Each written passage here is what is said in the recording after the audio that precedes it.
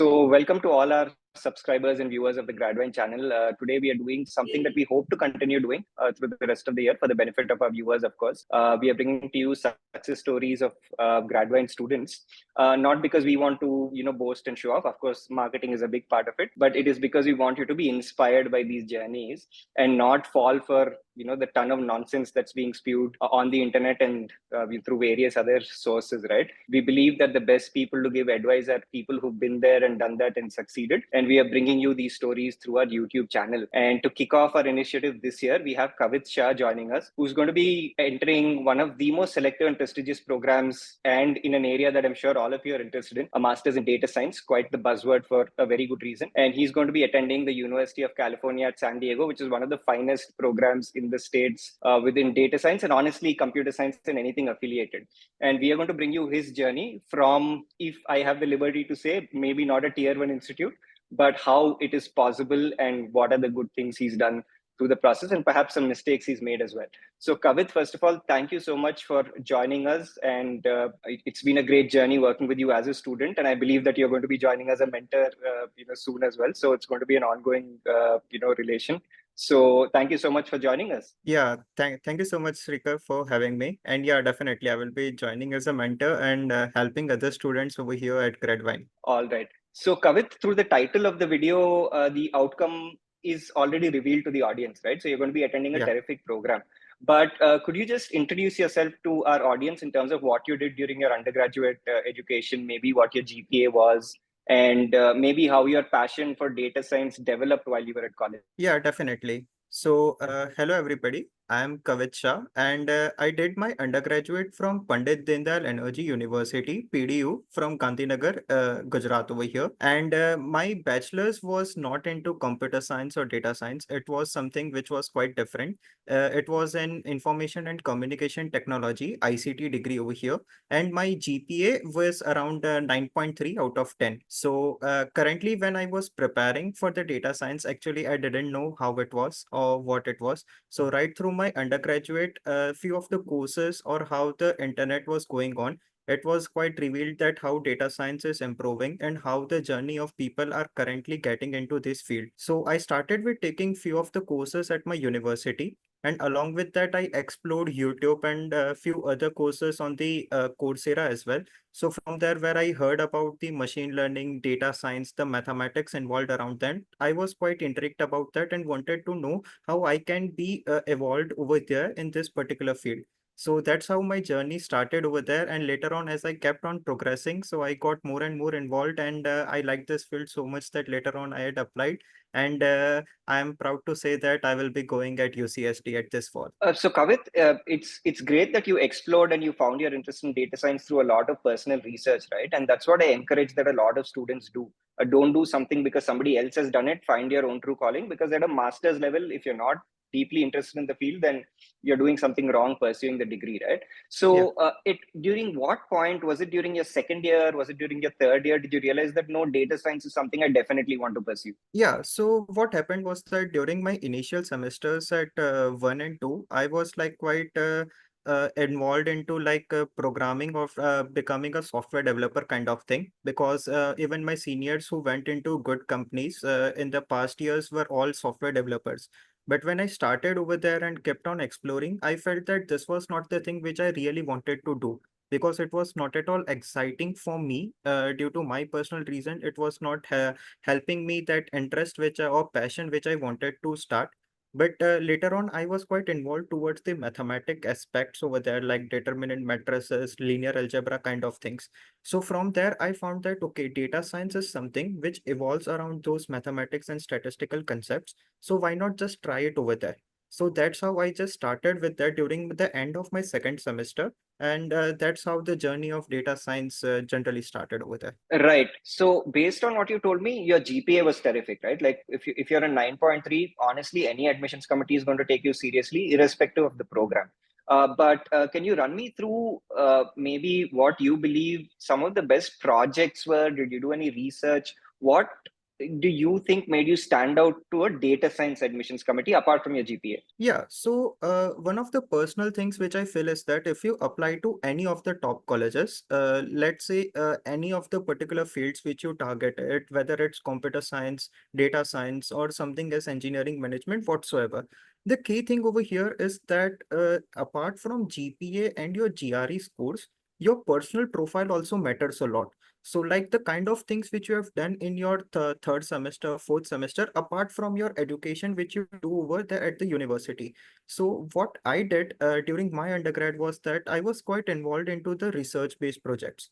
So what I did was that I collaborated with my particular professors whom I was interested to, what the particular field excited me, and I tried to write research papers along with them. So not just ordinary research papers which are just published at some and you just get the recognition, a research paper which has like very good impact. Impact factor is quite high, which is recognized all over the world at journals and at conferences, which are quite recognized all over the world, kind of thing. And along with that, I had also heard about one of the programs, which is generally after the end of third year, which was the MITEX Global Link Research Program, which is generally like a research program which is completely supported by the university or by the university where you are going to, as well as the Canadian government. So over there, I got selected as a MITEX recipient during my third year.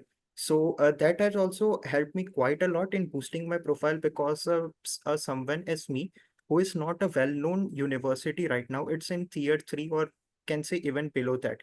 But you get a chance to be selected in one of the most prestigious scholarship over there. So it quite adds a boost of your profile and shows that yeah, you have the caliber which is suited as someone who is from the tier 1. So that's how some of the things are key concepts which should be kept in mind. So someone like who is not as some well-renowned university can start working on such things, keep on exploring what they really feel like, what they want to do.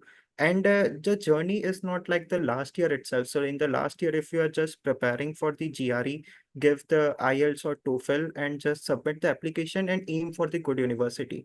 So that's not how it really works. It's a long journey which involves your 2 to 3 years of long commitment. And that's how you can also turn it out into a great one. And you touch upon a very, very important topic, right? Apart from the fact that you have to start building early and show, I mean, even in your application, it reflects if you've been working in a particular direction in a while, right? It's a Yeah, journey that you put down in your SOP, and we'll get to that. But you mentioned about the impact factor of your research papers. yeah. And the constant question I get is, how many research papers should I have? And at least I tell them in my perspective that how many doesn't matter. It could be just one or two, but if it's like very solid work, it matters a lot. So can you tell me the number of research papers you published and which journals they were accepted in?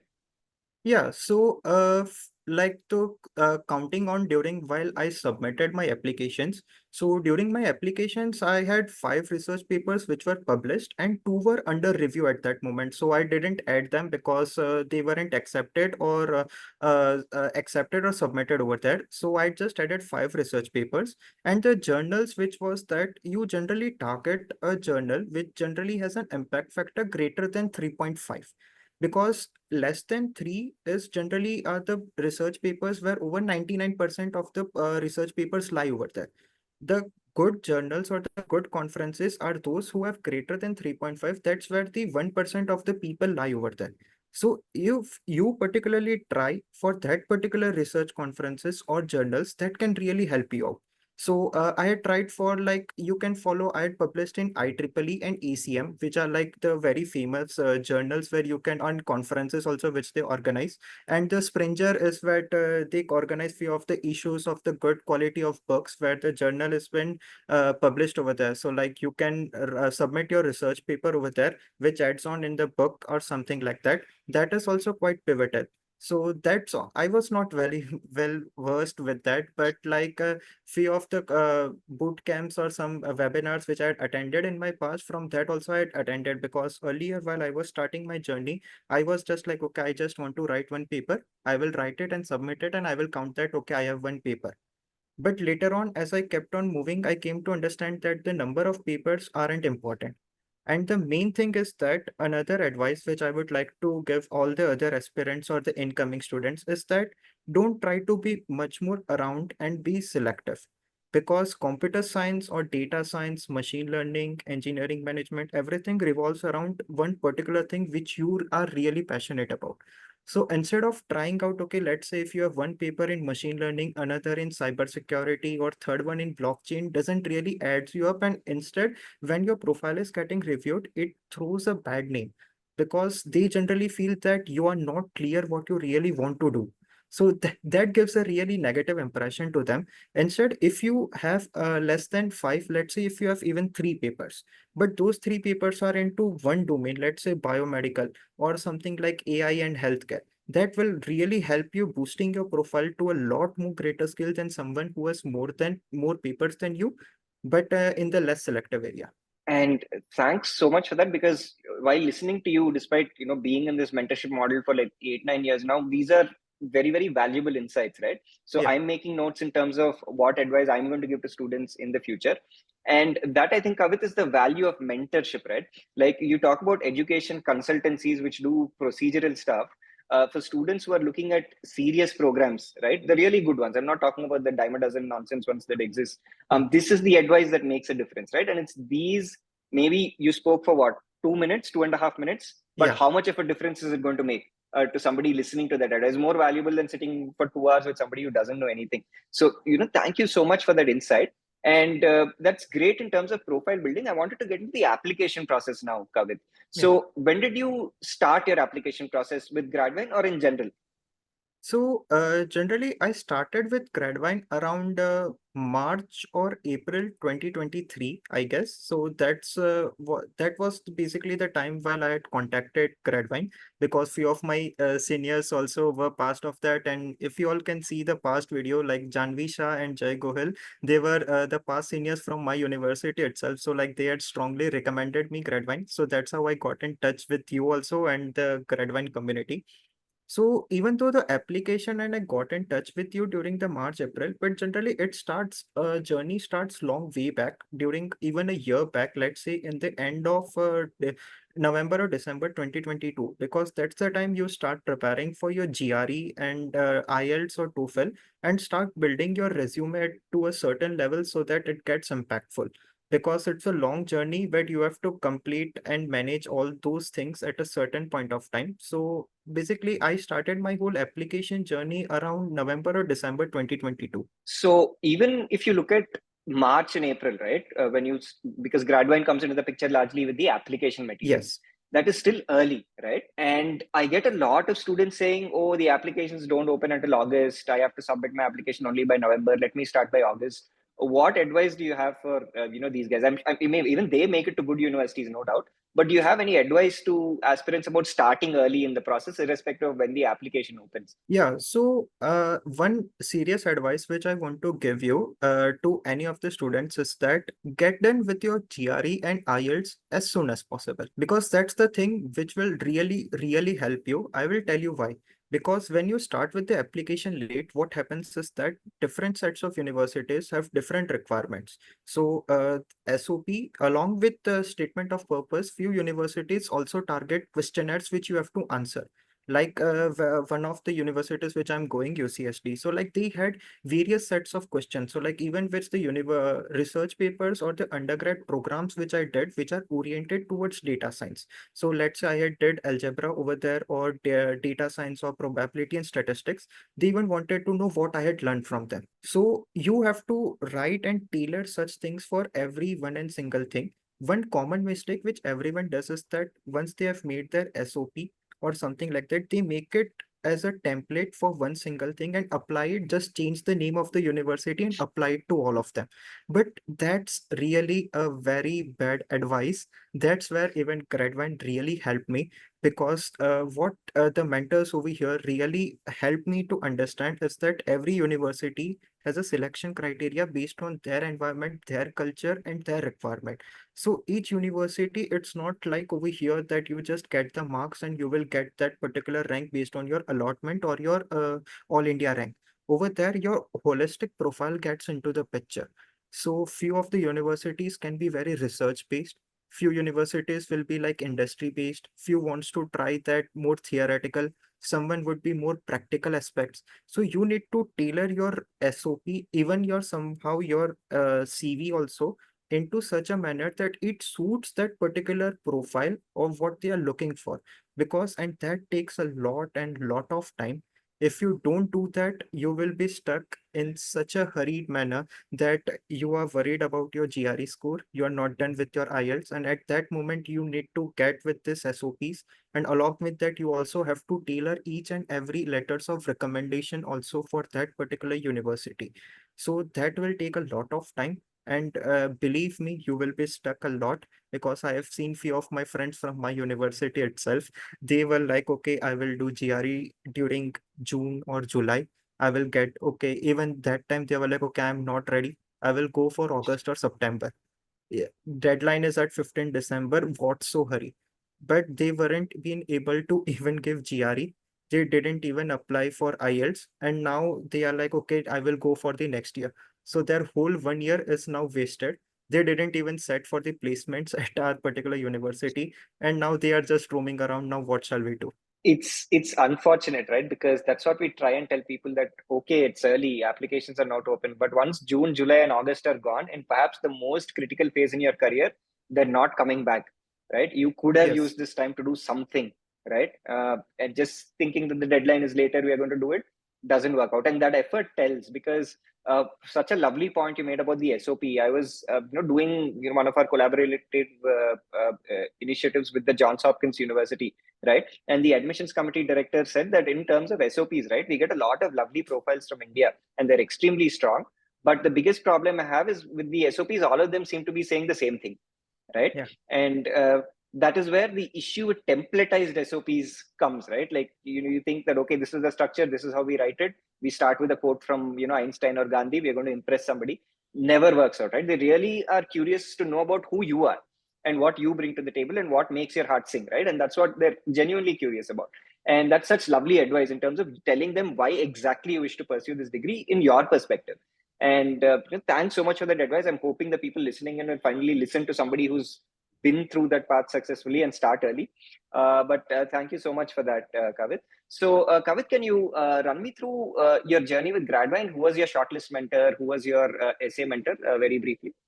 Yeah, so I basically started with Sarthak over here. So like Mm-hmm. he was generally my go-to conversation in during the initial days. And after that, I was just touch with the founder itself. Like you all might be know the CMU alumnus and kind of thing. So he really Suraj. So like Suraj really helped me out picking up the universities, and not from the universities. So first of all, the great thing how the journey started was that a form was provided to me. So which generally gave me to enter every bit of information which I did during my undergrad. So the type of courses, my GPA, what all internships I did, what all research publications in what domain, and along with that my GRE score, IELTS, and like that. So based on that, Suraj had definitely analyzed each of my whole profile, my CV, and had suggested me the universities, like what all should be my target, my ambitious, and my the safest options. So now along with that, the greatest thing is that over here that Suraj didn't force me to take any of this. So what he did was that there might be some case which you might know that, okay, based on my profile, I'm interested over here, could be of any reason. Let's say I might be interested in some particular professor whom I want to research with. Or, okay, even I am interested in data science or computer science, but this university is more oriented towards biomedical data science, which I want to go further, or it's into statistical concepts, which I want to go through. So over here, that could be something, even though the university is ranked lower or higher, but that could be my go-to university, which I really want to do. So that specialization, which I really want to target, so that Suraj really helped me. And another great thing about Suraj was that, which initially I hated, was that when I asked him for the SOP template, he said me no. Okay, so I was like, okay, just give me the points what to write. He said, I don't know you as a person. I just know your profile. What's your journey? I'm not at all aware of that. So it's good if you write your whole thing. believe me, initially I really hated that thing. I'm like, at least he should write and tell me, okay, you do this all things, and I will just format and give back to him. But he said, no, I'm not even going to write a single letter for you. You just that gave me a really chance that why I really wanted to go at this particular university. So I had to research everything, like align my mind, like what's really that got me over here. So from that, I really penned down each and every things about my pros, my cons, and like how this university is more suitable. So that's how I framed every single application of mine independently, and along with few of the help of my friends who like supported in each of these things. And then Suraj tailored it out and helped me that okay, these are few of the things which should be mentioned, or these are the things that we shouldn't include over there. So that's how his mentorship is like really helpful. But what other institutional services does that they just give you a common template. You just fill in your name, your details, your university which you want to target, and in the last paragraph, just professor's name is written on the blank. You just go search, write that professor's name. I want to work over this, even though that particular professor might not be into machine learning. Still, it would be written that I'm amazed by his work in machine learning. He might be into embedded systems or something like VLSI. So that's the common mistake which they really pointed out, and they get straight away rejected.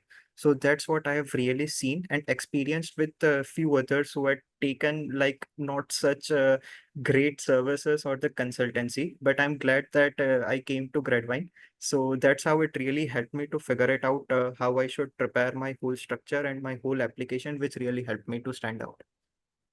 And thank you, Kavit. Like this honestly made my day because the way we do the process is even harder on us, right?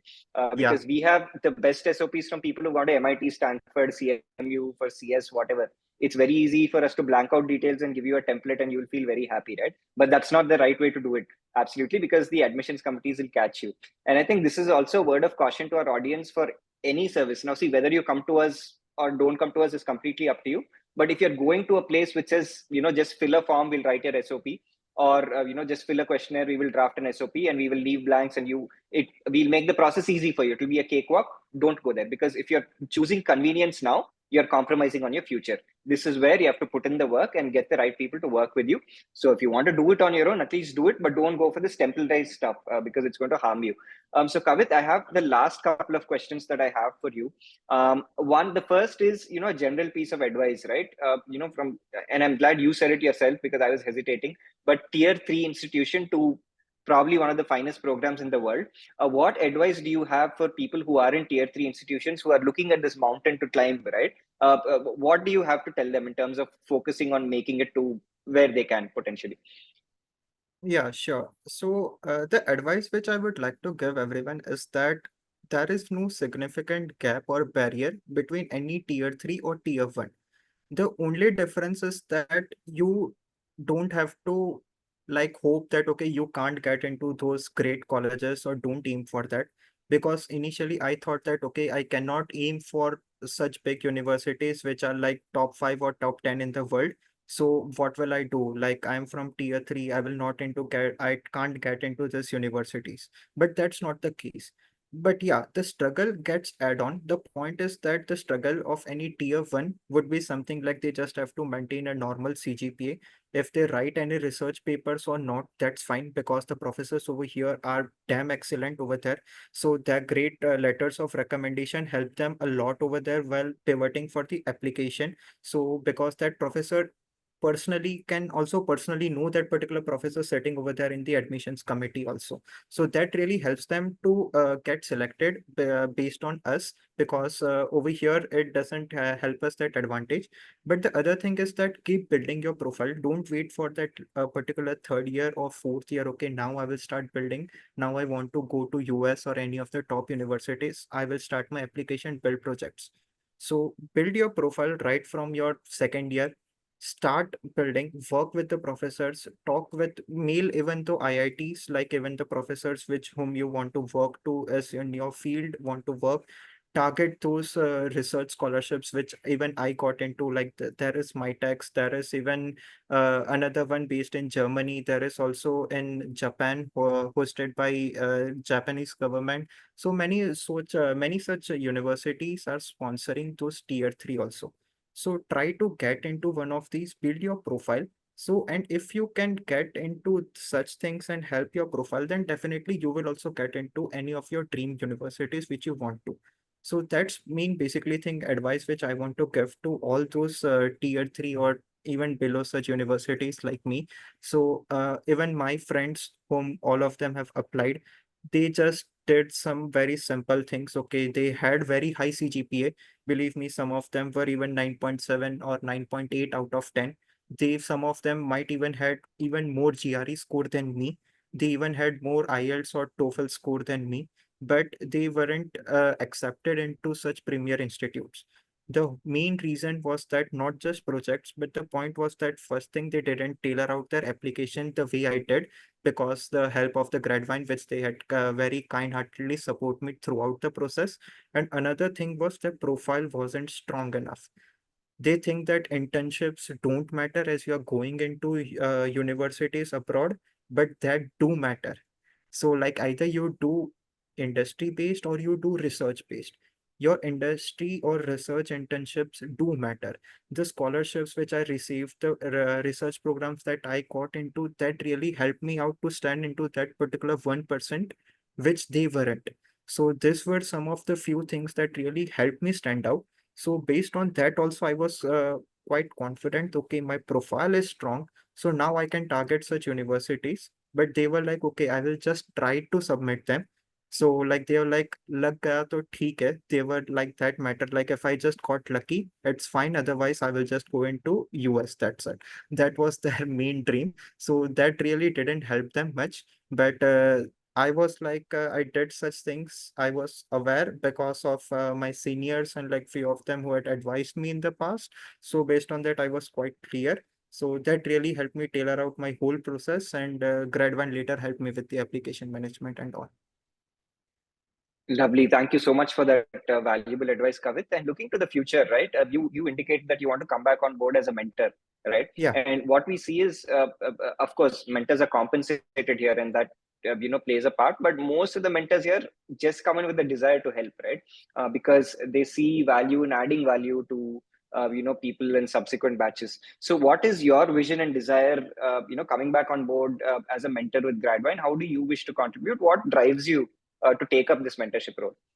Yeah, so the reason why I really wanted to join mentorship program at Gradvine was that because there were many times where I struggled a lot during my whole undergrad journey. So there weren't much people who used to advise me, okay, you do this or you do that. So regarding my courses or some of the things, I literally had to figure such stuffs or such things down by myself. There weren't anyone who can like spoon feed me, okay, you can do this and all, because being from such a below ranked university doesn't really help you, which generally tier 1 students help a lot because they have such peers, such alumni who really provide them that edge which we don't have. So I really wanted to be a mentor over here, is that I can provide such help when they are stuck or some things, like not along with the application management also during their career services, like okay, something which they are stuck, aren't much clear about that, how to scale your profile to such an extent that what they are dreaming they can really achieve or aim for that. So even though they are aiming, but your profile might not be such suitable to even apply for such application. So how can you tailor it, or how can you modify it to a certain extent that yeah, you can be competitive to those who are from the tier 1 universities. Okay, all right. Thank you so much for that, Kavit. This was extremely insightful for, I'm sure, all the listeners are going to be tuning into this video, and they absolutely should. All the serious applicants, at least. This is, 30 minutes of a gold mine of information, right? In fact, I honestly learned from, conversations and people who cracked and gone through these journeys, because you guys are more current, right? I can't stay with my knowledge from 10 years ago. I keep learning from what students are doing now, because the master's admissions landscape is becoming so much more competitive. You have to do more and more and more. During my time, I acknowledge that it was a lot easier. So thank you so much for those insights. It was a superbly refreshing conversation. and we look forward to collaborating with you constantly in future. Definitely. Thank you so much, Shrikar, for having me. And once again, I would like to thank Gradvine for all their services and the help which they really provided me. It really helped me boosting my career. And once again, thanks a lot to everyone. All right, it was a pleasure.